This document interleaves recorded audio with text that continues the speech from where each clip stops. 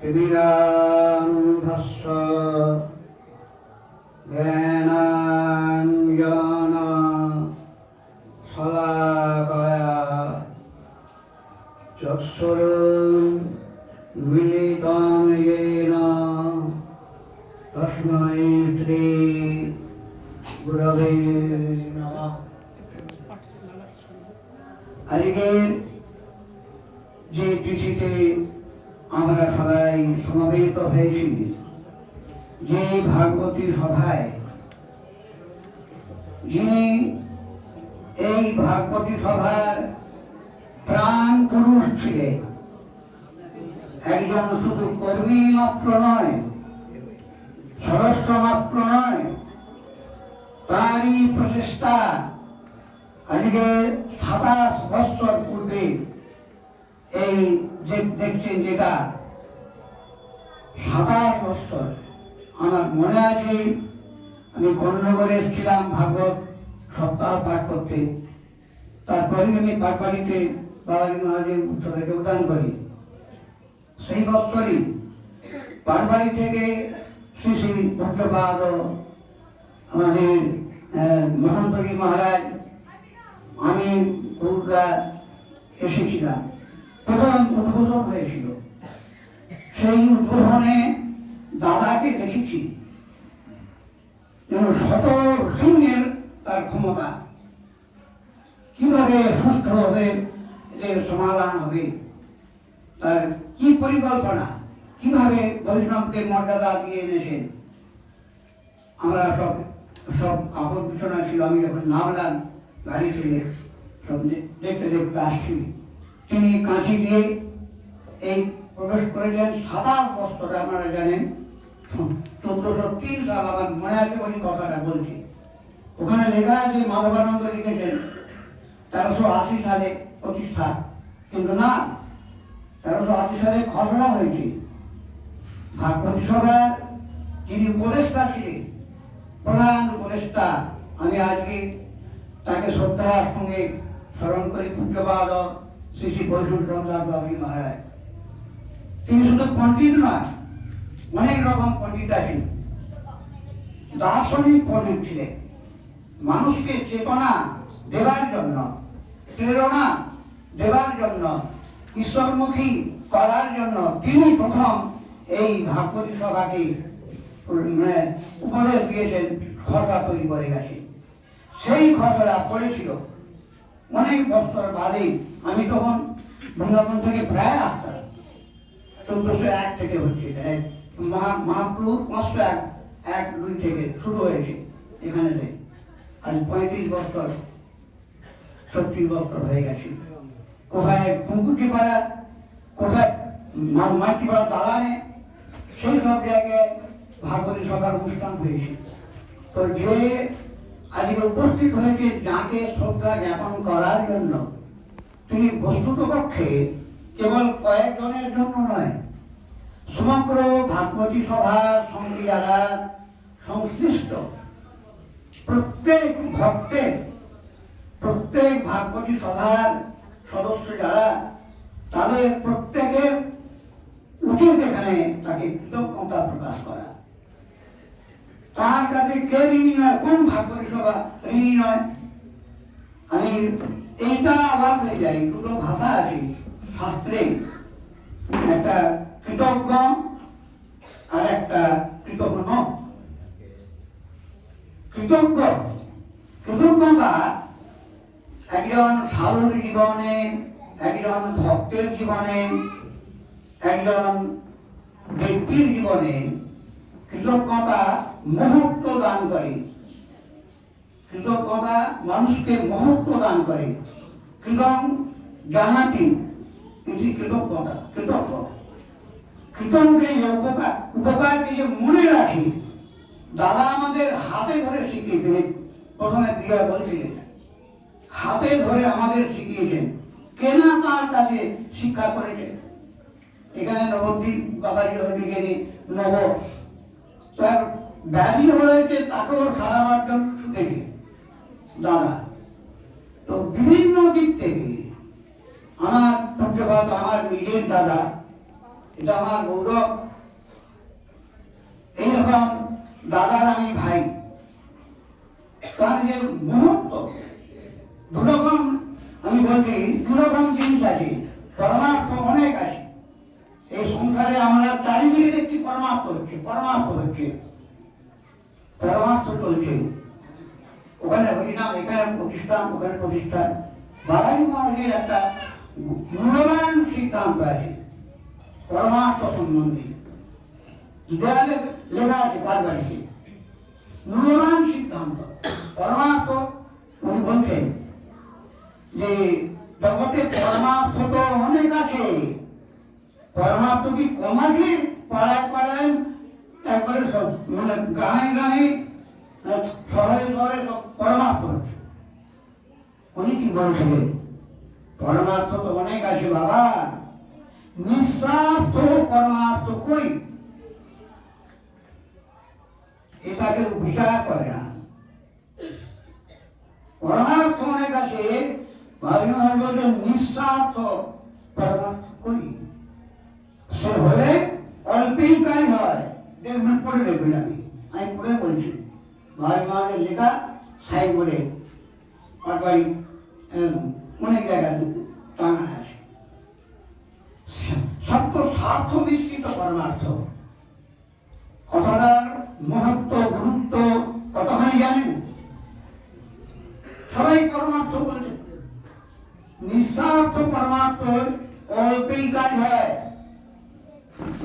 গৌড়ীয় বৈষ্ণব জগতের প্রধান আমাদের আচার্য, সমগ্র ভারতবর্ষের ইতিহাস বিখ্যাত দার্শনিক বৈষ্ণবাচার্য শ্রী শ্রী জীব শ্রীবাস, তার বিশ্ববিখ্যাত রচনা সৎসন্দর্ভ, তার ভক্তি সন্দর্ভ লিখেছেন। ভক্তির আভাসে সিদ্ধি লাভ হয়। এই যা ঘটনা হচ্ছে এখানে, না দিকে দিক ঘটনা হচ্ছে, হরি ভক্তি করা হচ্ছে, সবাই করোনা তুলসে দিচ্ছে, ঠাকুর সেবা করছে, সবাই নিজে নিজে গৃহে, সব হিসাব আছে। সেবা করতে করতে বৃদ্ধ হয়ে যাচ্ছে, কিন্তু জীবনের পরিবর্তন নেই, জীবনের পরিবর্তন নেই, কোনো প্রগতি নেই। ভক্তি ধরনটা প্রগতিশীল, তার বিকাশ হবে, তার উন্নয়ন হবে, সেটা বৃদ্ধি হবে। একটা গাছকে লাগালে সে একরকম থাকে, চারা গাছকে যখন লাগাবে না, মানে রোজ বাড়ছে, আস্তে আস্তে বাড়ছে।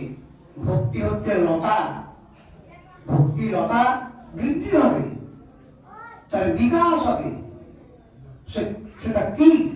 নম্রতা হবে, দীনতা হবে, তার চারিদিকে প্রত্যেককে সম্মান দেওয়ার প্রবৃত্তি হবে, ভগবানে সুদৃঢ় বিশ্বাস হবে। তো দাদার মধ্যে যে দেখছি নিঃস্বার্থ পরমার্থ, এইটা দাদার মধ্যে আমি দেখলাম। শিষ্ট করার জন্য অনেকে পরমার্থ করে, ওই যে ভাই ভাই বলেছেন স্বার্থ মিশ্রিত পরমার্থ কই? কই নিঃস্বার্থ পরমার্থ কোথায়?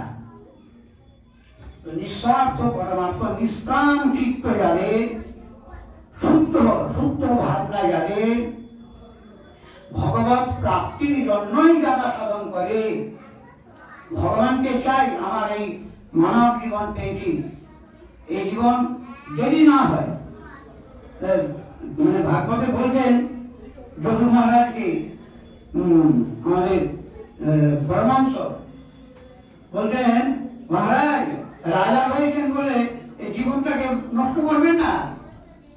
শিকার পুকুরে যে বিষয়টা ভোগ করছে, মনে জঙ্গলে কাদায়, আপনি যেটা করছেন একই, একই যে 10 তলা বাড়িতে শুয়ে জীবন কাটাচ্ছে সে, আর বনে পশুগুলো একই তো। ভগবান জন্ম না মন্ত্রে বহু জন্মের পরে রবধা সুদূর ভৈরং বহু সম্ভব আনতে মানুষ্য মর্থদ মনিত্ব মতির ধীর তূর্ণং যতেত নপতে অনুবৃত্তু যাবৎ নিঃশ্রেয়সায় বিষয় খলু সর্বতস্যা। বিষয় সব দেহে সমান, কুকুর বিড়াল কীট পতঙ্গ পশু পাখি, এইটার জন্য মানব দেহ নয়। বহু জন্ম, বহু সম্ভবান্তে, বহু জন্মের পর এই মানব দেহ লাভ হয়। সুদুর্লভম এটা পেয়েছেন। রাজা হয়েছেন আপনি যদু মহারাজা, যিনি কৃষ্ণের পূর্বপুরুষ, তাকে উপদেশ করেছিলেন পূর্ণাঙ্গকে তো শীঘ্রই চেষ্টা করবে। কি চেষ্টা করবেন? নিশ্চয় কল্যাণের জন্য, মঙ্গলের জন্য, ভক্তি লাভের জন্য, সাধনের জন্য যত্ন করবে। যত্নের জিনিস হচ্ছে নিশ্চয়, নিশ্চয় সহায়ক বিষয়। ওই বিষয় কম না, সর্বতস্যা মহারাজ ও শব্দে আছে। তো দাদার এই যে চেষ্টাটা, আমি অবাক হয়ে গেছি যে প্রথম ভাগবত সভার উদ্বোধনেতে সপ্তাহ করার জন্য আমাকে বললে তোকে আসতেই হবে। আমি বললাম যে আমাকে বৃন্দাবনে ওখানে আমি তখন পাঠ করতাম। আর বাড়িতে বলে এসছে একজনকে টাইম দিয়ে আসে, তাকে চেঞ্জ করতে হবে। তাকে জানানো হলো মানে সপ্তাহে ভাগবত সভার উদ্বোধনে কি প্রয়াস, যাতে এখানে সুষ্ঠুভাবে অনুষ্ঠানটা হয়। জেনারেটরের ব্যবস্থা করেছি। জেনারেটর যে আপনারা জানেন, জেনারেটর যারা ছিলেন এখানে মহারাজ সবাই, জেনারেটরের ব্যবস্থা ছিল। পার্বতীর মহারাজ ছিলেন এবং এখানে সেই প্রথম উদ্বোধনীতে ভাগবত সপ্তাহ হয়েছিল। আমাকে তারা বলল মধবানন্দ পারায়ণ করবে, তোকে পাঠ করতে হবে। তো পারায়ণটা হয়নি, যে কারণে পারায়ণ করেনি, কেবল পাঠ হয়েছিল। তো চিন্তা করুন কতখানি মনোবৃত্তি। তো ভগবত কথা আমি পাঠ করতে আসতাম যখন, ওই প্রত্যেক বছর দোল পূর্ণিমাতে আমি আসতাম। সবাই জানে এটা, আমি বাইরের লোক, আজকে সবাই জানে, সবাই জানে না, এখন বাইরের লোক। আমি দাদা আমাকে দিয়ে অরুণ বালিপুর, পিয়ারাপুর, গজা, জলপাড়া, কেন না মানুষের যাতে চেতনা হয়। বাবা যে কথা বলছিলাম গোড়ায়, যে খসড়াটা তৈরি করেছিলেন বিখ্যাত দার্শনিক পণ্ডিত, এখানে ঠাকুর সেবার ব্যবস্থা করেননি। এগুলো সব আড়ম্বর মাত্র। ঠাকুর নিয়ে ছেলে খেলা হয় না, এটা শখের জিনিস নয়। ঠাকুর মানে ভগবত, ভগবত স্বরূপ, ভগবত বিগ্রহ, এটা প্রাণের জিনিস। এটা মানুষের প্রাণের জিনিস, মানুষের হৃদয়ের জিনিস। এটা ছেলে খেলার জিনিস নাকি, লোককে দেখাবার জিনিস নাকি? কি জন্য করেছে? এখানে ভাগবত কথা হবে। ভগবত কথা বিনা কোনো মতেই শান্তি লাভ হয় না। এই সিদ্ধান্ত সুখদেব ভাগবতের অশেষ বিশেষের প্রতিপাদন করেছেন। এমনকি পরীক্ষিত মহারাজকে বলছেন, মহারাজ আপনাকে আমি ভাগবত শোনাবো। বিষয়ের দ্বারা চিত্ত যদি দূষিত হয়, বিষয় বিদূষিতা স্বয়ং, দূষিত হয় কিসের দ্বারা? স্নান করলে শুদ্ধ হয়ে যাবে নাকি? বিষয় বিদূষিতা স্বয়ং, বিষয় বিদূষিতা স্বয়ং, বিষয় ভাবে চিত্ত দূষিত হয়। কে বিষয় ছেড়েছে? ভাবি মহারাজ টাকা তো দেখ না, বিষয় ছেড়েছে কে? দূষিত, সুতরাং দূষিত। যেখানে ভক্তির আভাসে সিদ্ধি লাভ হয়, ভক্তি সুন্দরকে জীবসবাদী গেছেন ভক্তা ভাষস্যাপি সর্ব পাপক্ষয় পূর্বক শ্রী বিষ্ণু পদ প্রাপকর্তন। ভক্তির আভাসের দ্বারাতেই সব পাপ ক্ষয় হয়। প্রায়শ্চিত্ত, প্রায়শ্চিত্ত কি ক্ষয় করবে? ভক্তির আভাসের দ্বারা মাত্র, ভক্তির আভাসের দ্বারা। আভাস, সূর্য, সূর্য নয়, সূর্যের আভাস, ভক্তি নয়, ভক্তির আভাস।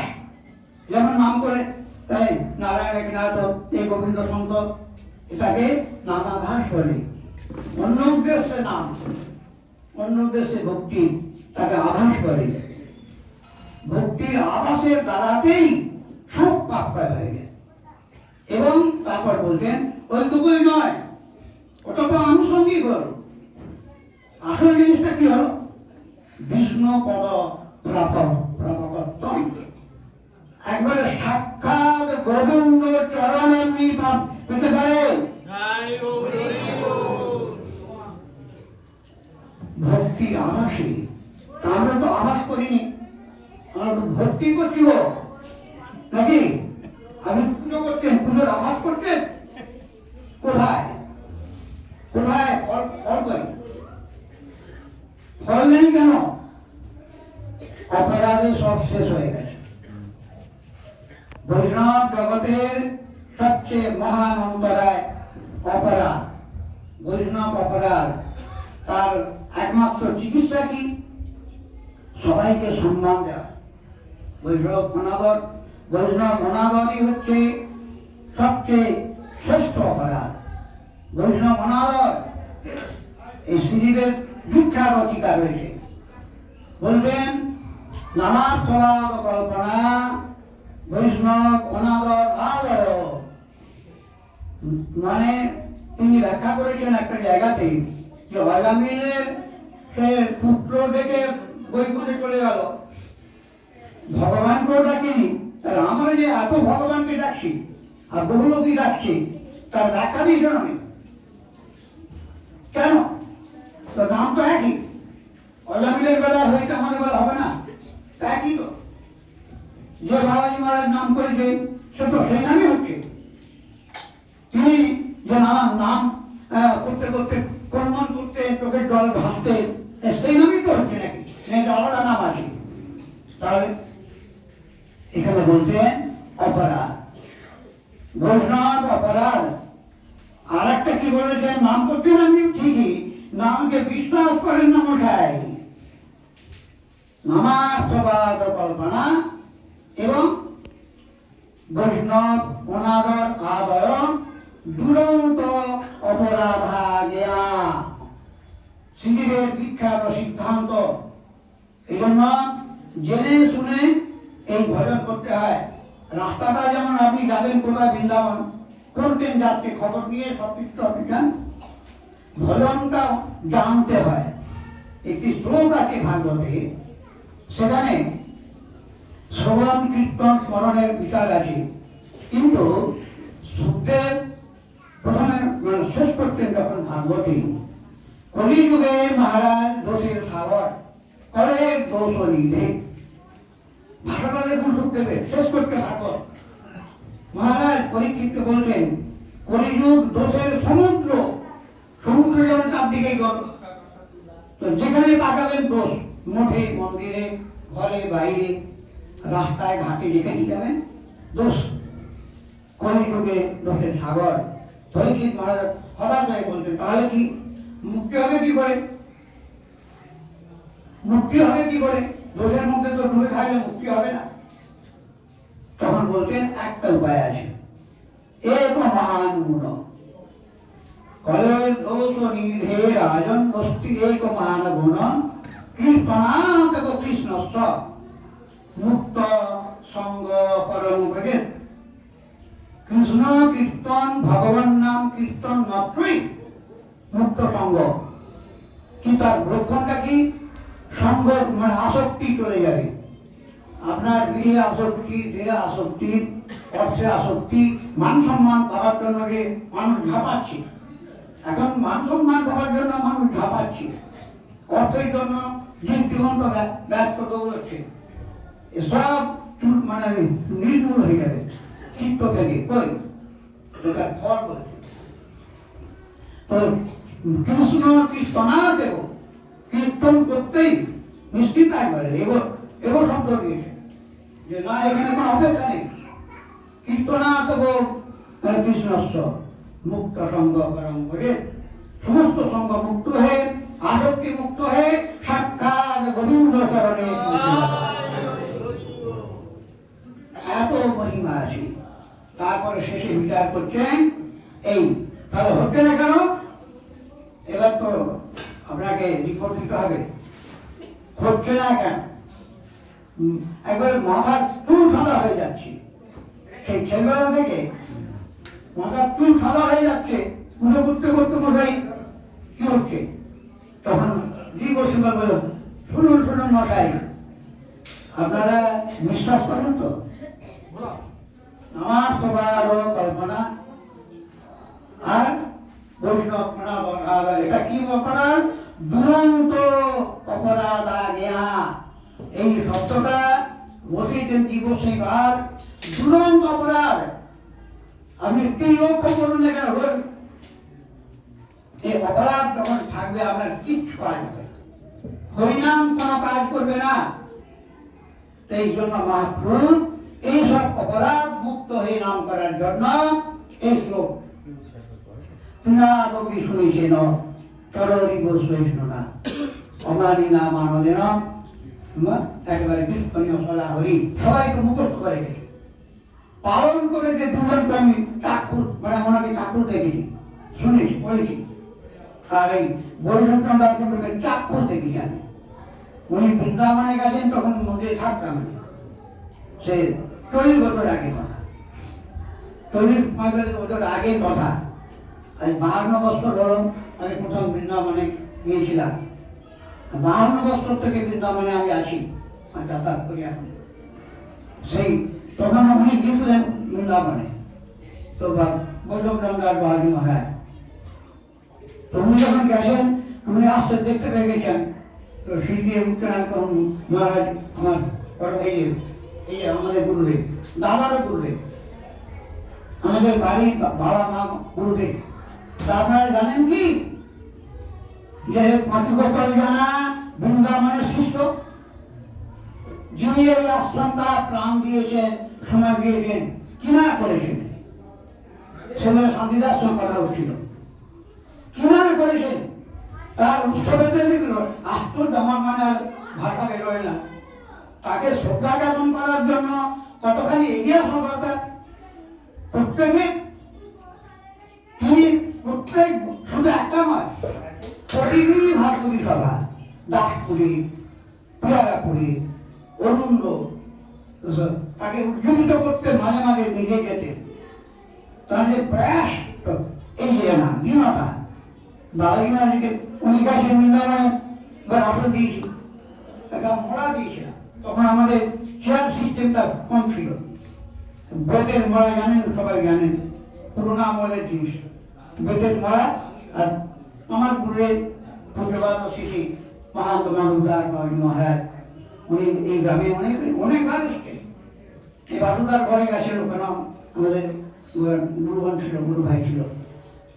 তো সেখানে উনি মোড়াটা দিয়েছি, তো উনি এলেন, এসে দেখুন কিছুতেই মরাটাতে বসলেন না। আমি এটা অবাক, আমরা আসন খুঁজি, ভালো আসন না পেলে তার সেখানে উঠে পালিয়ে যাব। তো উনি এলেন, বাবুমাকে প্রণাম করলেন শিষ্যের মতো। আমার গুরুদেবকে উনি প্রণাম করলেন নিজের একদম মানে বাবুমার বোঝা ইজি চেয়ারে, ওটা সরানো যায় না পিছন দিকে, ইজি চেয়ারটা। এবার উনি একবার সামনে এসে প্রণাম করে এবারে মরাটা দেওয়া রয়েছে, মরাতে বসলেন না। একটা 17 ইঞ্চি পাতা থাকতো, আমার গুরুদেবের চরণের সামনেতে সব ভক্ত এসে প্রণাম করে বসতেন। কার্তিক মাস এই নিয়ম সবার সময় গেছিলেন, মানে তাই মহারাজের সব মন যেতেন না, সেই সময় গেছেন। তো আমি একবারই দেখেছি, উনি কোনো মতে, আমি বহুবার চেষ্টা করলাম বাবা, বাবাজি মহারাজ অনেক বললেন মোড়াতে বসলেন না, শিষ্যের মতো তিনি ওই ফটোরুটি দাবি বসলেন। আর সেই বৈষ্ণব দাস বাবাজি মহারাজ তিনি কি চেয়েছিলেন?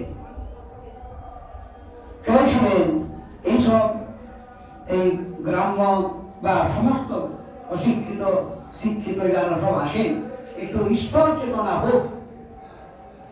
ঈশ্বর চেতনা তাকে তো জন্ম বলে না, তজ্জন্ম তানি কর্মাণি তদ আয়ুষ্টান মনোবচ নৃণাম যেন হি বিশ্বআত্মা সেবতে হরিশ্বর।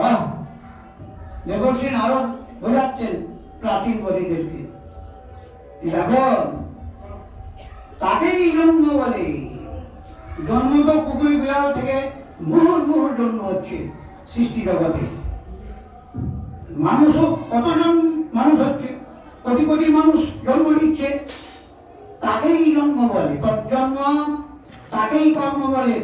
তোর তানি কর্মানি, তাকেই আয়ু বলে, তাকেই বেঁচে থাকা বলে। তোর আয়ুস্তন মনোবচ, তাকেই মন বলে, তাকেই বাক্য বলে, তাকেই জীবন বলে। মনুষ্য জীবন তাকেই বলে যেন, যার দ্বারা সেই গোবিন্দ পার্বত্যের সেবা করা যায়। যারা কতখানি মানে তার সংসার আছে, সংসার ছিল তো এখনো আছে, তার সংসারই মানুষ। আমি বহু জায়গায় গেছি, দাদার মতো একটা কম দেখতে পাই। সংসারই মানুষ, সংসার নির্বাহ করেছেন। আমাদের ধন সম্পত্তি প্রচুর ছিল না, বাড়াগোল দেখি আমি। আমাদের বাড়িতে প্রায় তখন বৃদ্ধামন্ত্রীকে সাধুরা আসতেন সেবা করতে। সেবা তাকেই এই বলছেন ভাগবতে, তো জীবন বললাম আমি, গৃহ গৃহে বাস করছে, হ্যাঁ, নানা ঐশ্বর্য নিয়ে অহংকার করছে। আর ভাগবতে কি বলেছেন জানে? ধুমা বইতে পরিত্যাগিল সম্পদ গৃহা তীর্থ পাদীয় পাদ তীর্থ বিবর্জিতা। যে গৃহে প্রচুর ঐশ্বর্য আছে, 4 তলা 10 তলা বিরাট বিল্ডিং, সব ভোগে পরিপূর্ণ রয়েছে, সুখদেব বলছেন ওরা ওখানে যদি সাধুদের চরণগুলো না পড়ে, পাদ তীর্থ, যাদের চরণে তীর্থ থাকে, হ্যাঁ, তীর্থপাদ, সেই সাধুদের চরণ যদি চরণ না যায় সেখানে, সেটা কি জানেন কিরকম জানেন? যে বৃক্ষের কোটরে ভয়ঙ্কর সাপ বাস করে। বৃক্ষের ফলা দেখো, একবার আম পেকে রয়েছে চারদিকে, গোড়া থেকে শেষ পর্যন্ত ডালে আম রয়েছে, পাকা আম, মিষ্টি আম, সবাই দূর থেকে দেখছে। পা দিয়ে কেউ হাঁটে কি? ওখানে কি কাল সর্প আছে বাবা, ওই বৃক্ষে ভয়ঙ্কর। সেই রকম বলতে, যে গৃহে সাধুর চরণগুলো পড়ে না, সে 10 তলা হোক, 13 তলা হোক, আর 4 তলা হোক, 3 তলা হোক, এই কাল সর্পের আবাস বৃক্ষের তুল্য ভয়ঙ্কর। কাল সর্পের আবাস বৃক্ষের তুল্য ভয়ঙ্কর, জেনে রাখবেন ভাগবতের বাণী। আর এবার বলছেন অধনা পীঠে ধন্যা সাধব গৃহ মেধীন গৃহা ভূমিষ্ঠরা বাড়া। কিছু নেই ঘরে, মানে একটা আসন দেবার মতো ভালো আসন নেই, শুধু কুশের আসন, তৃণ, হ্যাঁ, সেরকম আসন দিয়ে যদি সৎকার করেন, সাধুগলাকে আনন্দ প্রকাশ করেন, একটু জল দেন, জল কিছু নাই ঘরে, একটু জল দিচ্ছেন, সেই ব্যক্তিকে বলছেন অধনা পিতে ধন্যা। যদি সে নির্ধন হয়, সারা সৃষ্টির মধ্যে, পৃথিবীর সমগ্র মানব সমাজের মধ্যে সেই ব্যক্তি ধন্য, তার জীবন ধন্য, তার জীবন সার্থক। যার গৃহে সাধু সেবিত হন, বসার জন্য আসন পান, মিষ্টি কথা, সম্ভাষণ, আলাপ, তাকে ধন্য বলেছেন। কিচ্ছু নাই ঘরেতে, অধনা, যাকে নিন্দা করে দুনিয়া, এই সমাজ নিন্দা করে, ধনী মানে লোকটা একবারে নিকৃষ্ট, আর ভাগবতে তাকে উচ্চ কোটির সরকারি জীবন সার্থক। তো সুতরাং দাদা কোনদিন, দাদাই কি বলো আমার বাবা করে টাকা সঞ্চয় করবো, এই বুদ্ধিটা তাদের পুষ্টিতে লেখা নেই। সাধু সেবা। সাধু আমাদের এখানে সবাই পরিচিত। আমার দাদাকে সবাই চেনে, আর এখানে বহু সাধু এসছে, সবাই পরিচিত। তার ব্যবহার, তার আচরণ আমরা দেখেছি। একটা আশ্রমবাসী সে যতই ছোট হোক তাকে সম্মান করতেন দাদা। আশ্রমে বাস করছে মানে আমাদের পূজ্য। সে কি করতে আমি দেখবো না, সে ঘর ছেড়েছে কিনা, ঘর ছেড়ে বাস করছে তো। দাদার এই বুদ্ধিটা দেখুন কিরম ভাবনাটা।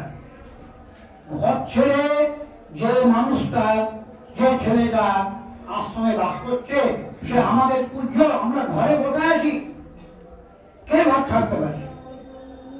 সে ঘর ছাড়া লোক তো। দাদা এতখানি সম্মান করতেন, একটা সামান্য বালকের মতো তার অল্প বয়স তাকে প্রণাম করতে। সে আশ্রমে বাস করছে, তাকে দিয়ে কাজ শুরু করতেন, তাকে দিয়ে কাজ শুরু করতেন মহৎ কাজ আরবে। তো এই যে দৃষ্টিভঙ্গিটা, সাধুর প্রতি শ্রদ্ধা, সাধুর প্রতি প্রীতি ভালোবাসা, তাকে সেবা করানো, কোন প্রকার ছিল তার। তো সমস্ত আমি বলছি সার্বিক দৃষ্টিকোণে, সার্বিক দৃষ্টিকোণে দাদার মধ্যে যে বহুমুখী প্রতিভা আমি দেখেছি। দাদার বহুমুখী প্রতিভা, সমস্ত দিকে তার ভূমিকা ছিল।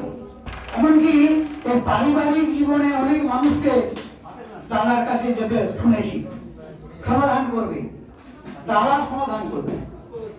আমি দাদা আমাকে বলেছে একদিন, এই বিশ্বনাথ প্রতিবাদ তখন নানা রাজনীতির ব্যাপার ছিল, ওনাদের বাড়িতে একটা বিরোধ হয়েছে। তো দাদা অথচ তার এমপি পার্টি ছিল, সমর্থন, উনি তো পার্টি করতেন না, সমর্থন করতেন। তো সেই বিশ্বনাথ প্রতিবাদ, বিশ্বনাথ প্রতিমশাই আমাদের গ্রামে সুলতানপুরে দাদা ছিল। দাদার কাছে গিয়ে বলছে, তোমাকে যেতেই হবে, তোমাকে যেতেই হবে।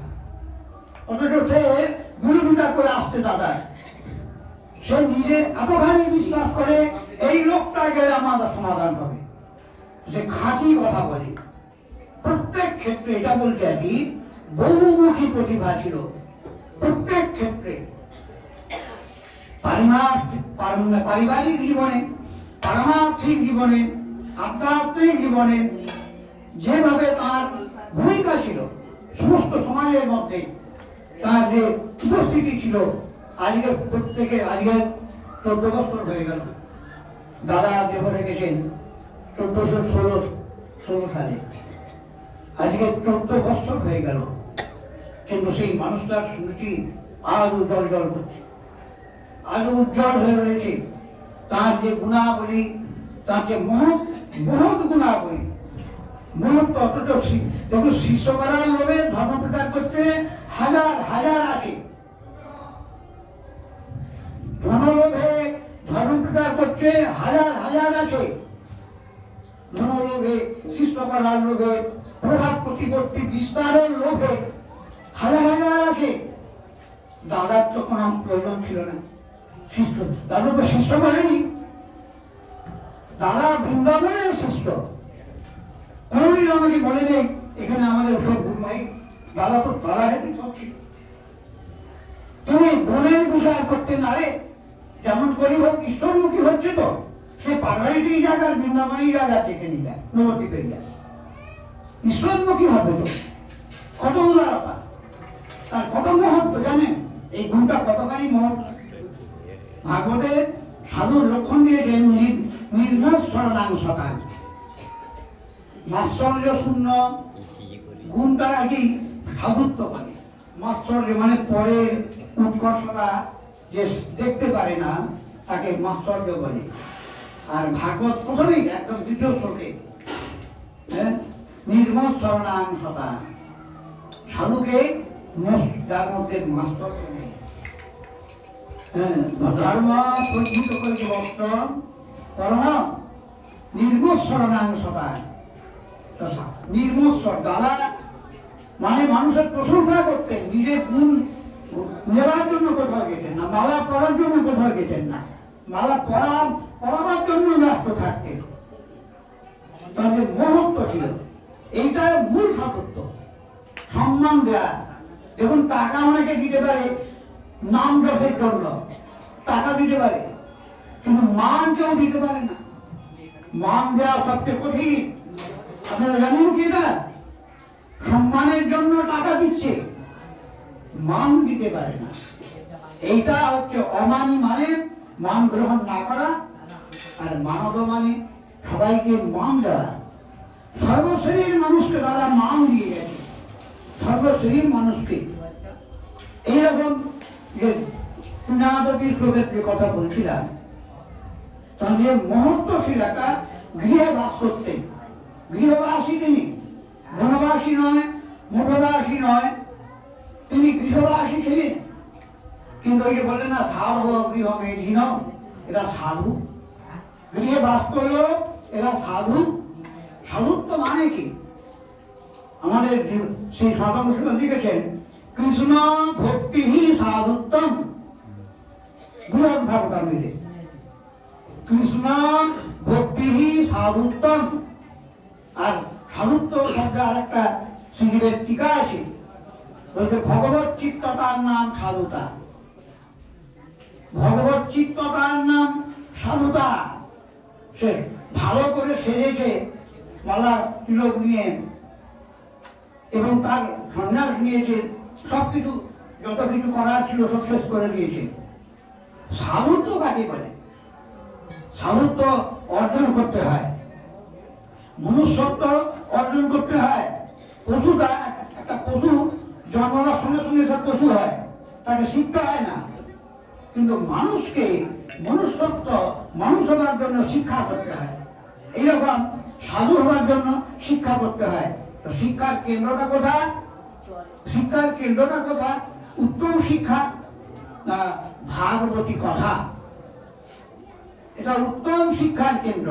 যে কথা বলছিলাম ঘোরাতে, সুখদেব বলছেন মহারাজ, যে জ্ঞান হয়, জ্ঞানং যদা পৃথিবীত্ব গুণবী চক্র মাত্মা প্রসাদ উপ যত্র গুণে সসঙ্গ কৈবল্য সম্মত কথা তত ভক্তি যোগ কর্মীর্বিত হরি কথা সু প্রতিঘ্ন করলে। হরি কথা দাদার প্রচারের জন্য রাখবো। হরি কি প্রচার? কি প্রচার? হরি কথা। ওই শ্লোকে বলছেন সুখদেব, মহারাজ, যে কথা শুনলে যাসু কথাসু জ্ঞান অংশের। আপনারা জানেন কি? আপনারা মনে করছেন কোন কলেজে শিক্ষা হয়, কিন্তু আধ্যাত্মিক শিক্ষা করা হয়। কি বল করা হয়? প্রয়োগ হয়। সেখানে সংস্কৃত ব্যাকরণ শিক্ষা হয়, আধ্যাত্মিক জ্ঞান, চেতনা, যাকে জীবন্ত ভজন বলে, জীবন্ত সাধু বলে। তো বলতেন যাসু কথাসু জ্ঞান অংশে, যে কথা শুনলে জ্ঞান হয়। কিরকম জ্ঞান? বিষয়ে প্রতিহিতার বিতৃষ্ণা জন্মায়, এতখানি জ্ঞান হয়। বিষয়টা যে বিস্তার সমান, বিষয়তে অনর্থ, অর্থে 15টা দোষ আছে, এতে পঞ্চদশন অর্থাৎ যেখানে অর্থ আছে অনর্থ থাকবেই, বিষয় বিস্তার। তো বলছেন তাকে যে জ্ঞানটা হয় আপতি নিবৃত্ত গুণর্বী চক্র, সমস্ত সংসার ভোগের আকাঙ্ক্ষা চিত্ত থেকে নির্মূল হয়ে যায় যে জ্ঞানের দ্বারা, সেটা ভগবত কথাতে উত্তম রূপে লাভ হয়। সেই জ্ঞানটা, যে জ্ঞানের দ্বারা তাদের বিবেক বুদ্ধিটা জাগে। যে অসারতা, আমরা বলি সংসার অসার কেকার, এতো মুখে বলা হয়, বিবেক হয়। কিভাবে হয়? দেখেন সুখদেব বলছেন মহারাজ, ভগবানের কথা শ্রবণ করলে বিবেক হয়, জ্ঞান হয়, বিষয়ে বৈরাগ্য হয়, ভগবানের আসক্তি হয়। এতগুলো মহিমা আছে। বৈষ্ণব চন্দ্রাজি বাবা মহারাজ পূজ্যবাদ, তাকে আমি কোটি কোটি প্রণাম জানাই। তিনি নিজে বিদ্বান ছিলেন, মহান জ্ঞানী ছিলেন, শাস্ত্র অনুশীলন করতেন, বই লিখতেন। তার বিখ্যাত ব্যাখ্যা কি ওটার নাম, টিকাটার নাম তত্ত্বতরঙ্গিনী, গোবর্ধনদেরকে ব্যাখ্যা লিখেছেন, কি বিরাট পাণ্ডিত্যপূর্ণ, কি সিদ্ধান্তপূর্ণ সেই ব্যাখ্যা। তো সেখানে উনি উড়িষ্যাবাসী ছিলেন, উনি বঙ্গবাসী ছিলেন না, উড়িষ্যাবাসী মানুষ, তিনি বাংলায় এখানে প্রচার করেছেন। তো তিনি চেয়েছিলেন এই যে ভাগবত সভা মানে কি, হরিকথার প্রচার কেন্দ্র, সেখানে মানুষ এসে বসবে, একটু কীর্তন হলো, ভগবত কথা কিন্তু অবশ্য হয় যায়, কারণ ভগবত কথা ব্যতীত এখানে লাইব্রেরি ব্যবস্থা পর্যন্ত বোধহয় নোটে লেখা আছে, খসড়াতে লাইব্রেরি করেছিলেন। কেন লাইব্রেরি, কেন কীর্তন করে তো হবে, হবে না, কেন হবে না? শ্রবণ বিনা কোন সাধনের জ্ঞান হয় না, এটা সবাই জেনে রাখবেন। ভজনে প্রবৃত্তি হয় না কেন? এত মহিমা আছে, নামের আবাসে সিদ্ধি ইত্যাদি ইত্যাদি কত আছে, কত সবাই বলছে মহিমা, বলছে মহিমা বলছে, কই বাস্তব জীবনে কথা, প্র্যাকটিক্যাল লাইফে কথা, আমাদের যে প্রাত্যহিক জীবনে কথা, কেন হয় না? এই অভাব, শ্রবণের অভাব, শ্রবণের অভাব, কেউ শুনতে চায় না। এখানে সুখের যাদাশ্রয় বলে গেছে, শ্রবণ বিনা কোন সাধনে প্রবৃত্তি হবে না, কোন সাধনা। কীর্তন করে সবাই সবাই জানে, কে শেষে কি একটা বলেছেন জানে, এই যে একটু আগে বলছিলাম, কৃষ্ণের কীর্তন মাত্রই সমস্ত পাপ থেকে, বাসনা থেকে মুক্ত হয়ে দিব্য জগতে গোবিন্দ চরণে পৌঁছে যাবে।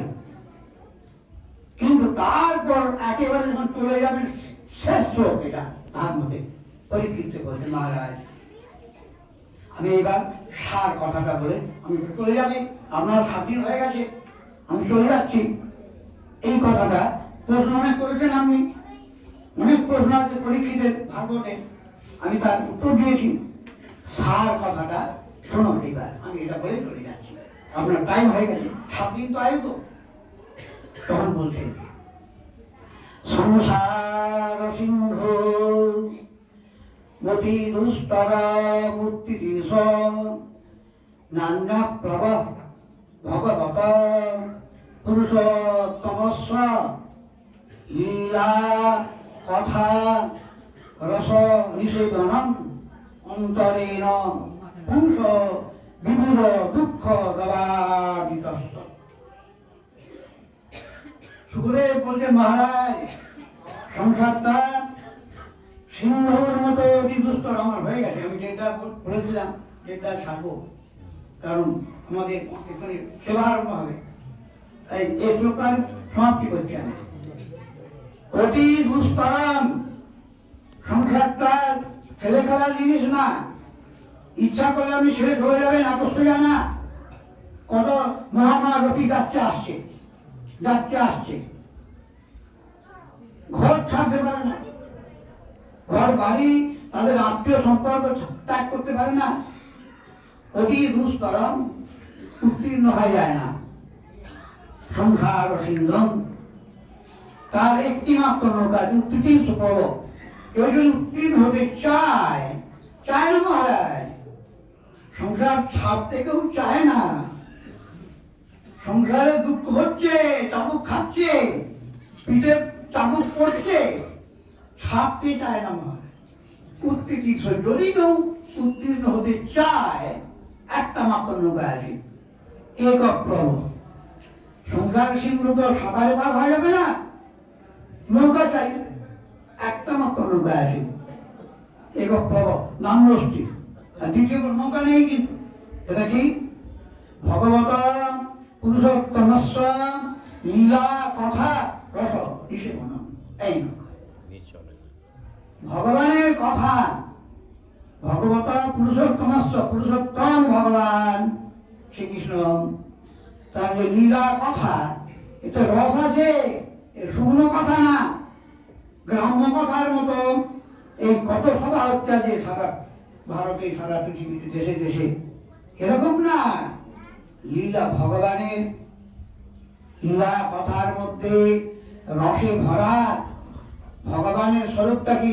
রসবৈ সপুরুষ, তিনি আনন্দের মূর্তি। রস মানে চিন্ময় আনন্দ, যে আনন্দ ছোট ছোট ধারায় নিত্য প্রসারিত হবে, কখনো পূর্ণ হবে না। সে আনন্দের স্রোত বইবে, সে ফুরিয়ে যাবে না। অনন্ত আনন্দ, ভগবানের স্বরূপই হচ্ছে অনন্ত সুখ, অনন্ত আনন্দের ফোয়ারার মতো ছুটবে 10 দিকে। সেই সেই ভগবানের কথা, লীলা কথা, তার চরিত্র, তার মধ্যে রসে ভরা নিষেবনম, এইটা শ্রবণ। মানে লীলা কথা পান কি করে করবেন? কথা পান করবে কি করে? কান দিয়ে, মন দিয়ে, শ্রবণ দ্বারা সেই কথা পান করবে। এতে যতই বিষয় আসক্তি থাক সব ছুটিয়ে দেবে। ওই আগে বলছিলাম বিষয় বিদুষিতা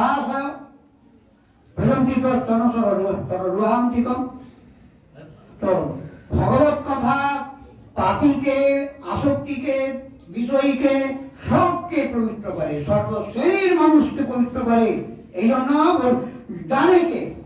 জানে কে? জানাটাই তো জ্ঞান না। জ্ঞানী ব্যক্তির অল্প সাধনেই সিদ্ধি লাভ হয়ে যায়। হ্যাঁ, অল্প মাত্র কৃত ধর্ম ভবে জ্ঞান বাতা মহান মহান অপি কৃত ধর্ম যজ্ঞানা নিষ্ফল ভাবে। শুনে রাখুন, এখন শেষ করছি আমি কথা দিয়ে, যে জ্ঞানী ব্যক্তি অল্প মাত্র ধর্ম, জ্ঞানী ব্যক্তির কাছে সেইটা মহান হয়ে যায়। জ্ঞানী ব্যক্তির কাছে অল্প ধর্ম করে যদি সেটা মহান হয়ে যায়, আর মহান ধর্ম করলেও অজ্ঞানী ব্যক্তির কাছে সবটাই নিষ্ফল হয়ে যায়। এই জন্য শ্রবণ দ্বারা জীবের টিকাতেও রয়েছে এখানে, যে অন্য কোন সাধনই হোক না কেন, হ্যাঁ, উপায়ান্তর অসম্ভব, শ্রবণে বিনা কোন সাধনের জ্ঞান হয় না। আপনি কীর্তন করবেন তো, কি করে কীর্তন করতে হয় সেটা শিখতে হবে না? নিরপরাধের নাম করতে হবে, বহু শিক্ষা আছে। প্রত্যেকটা ভজনাঙ্গ বিনা শ্রবণে তার অনুমতি জ্ঞান হবে না। তার প্রত্যেক ভজনাঙ্গকে পরিপুষ্ট করে কথা শ্রবণ, ভগবত কথা শ্রবণ। সেইটা ব্যবস্থা করেছিলেন, কিন্তু ওটাকে উঠিয়ে দেওয়া হয়েছে। এখন আমি দুঃখিত, এটা আমার মহাত্মা বিজয় দুঃখ প্রকাশ করেছে। বলছিলাম চন্দ্রনাথ বাবা মহারাজের অনেক গুণ ছিল। উনি দেখেছেন পাঁচু গোপাল জানার দ্বারা কি কাজ হবে। দাদাকে খুব স্নেহ করতেন, আমি শুনেছি, আমি তো বৃন্দাবনে থাকতাম। দাদাকে গোপে বলতো যে পাঁচু কাকাকে এত ভালোবাসতেন আমি দেখেছি। ওনার তো শিষ্য নয়, উনি তো বৃন্দাবনের শিষ্য, তাকে কেন ভালোবাসতেন? এই লোকটার দ্বারা কাজ হবে। জহরি জহর চেনে বলে না, দাদাকে তিনি স্নেহ করতেন, আর দাদা সেই কাজটা করে গেছেন। এটা মনে রাখা।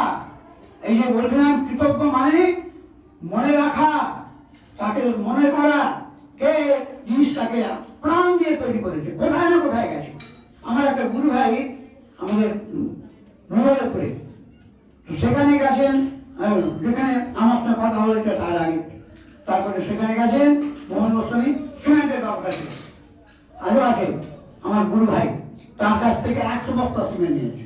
আপনারা জানেন সবাই, তারা পুরনো লোক, সবাই তো পুরনো আছেন এখানে।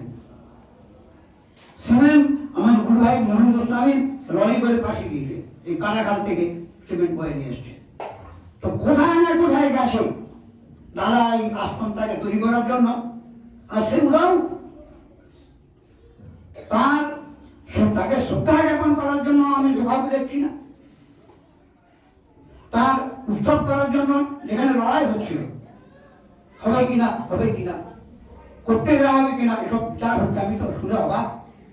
কারণ শিক্ষাগুলো দাদা আমার নিজের তো বটেই, মাধবানন্দ এখানে যারা আছে বিজয় থেকে আরম্ভ করে সবাই, দাদা একটা গুরু আছে আমাদের শাস্ত্রে, বর্ম গুরু, মানে পথ দেখাবার গুরু, দীক্ষা গুরু, শিক্ষা গুরু, আর ভজন অনেক কিছু গুরু আছে।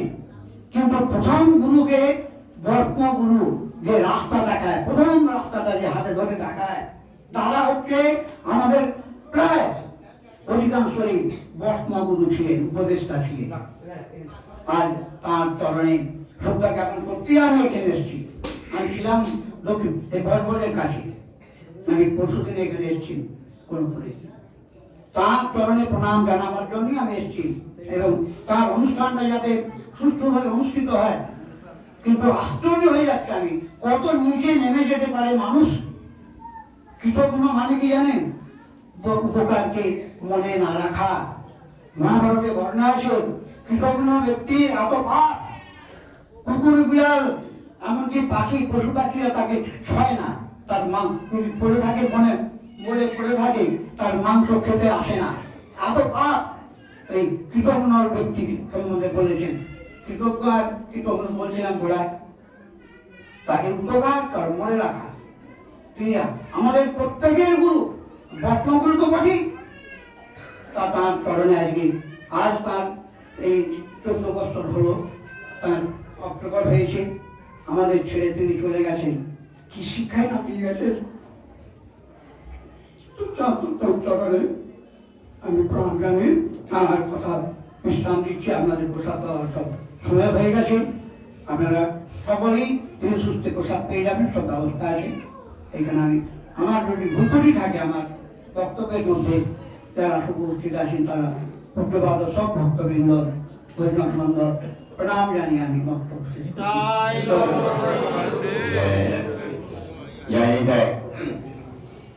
এতক্ষণ আমরা শুনলেন গৌরাঙ্গদাস মহারাজের কথা।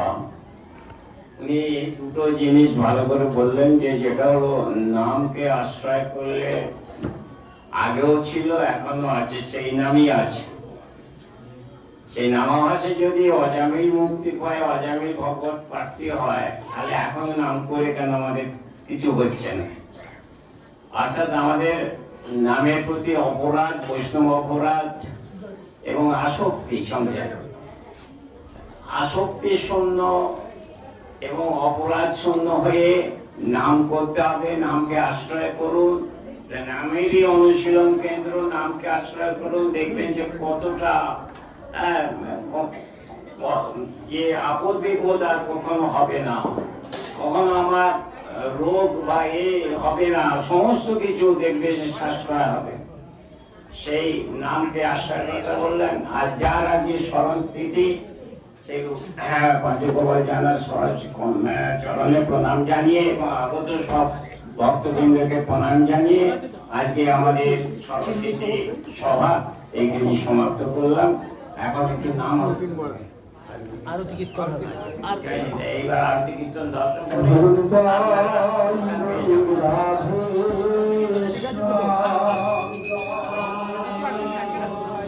সবাই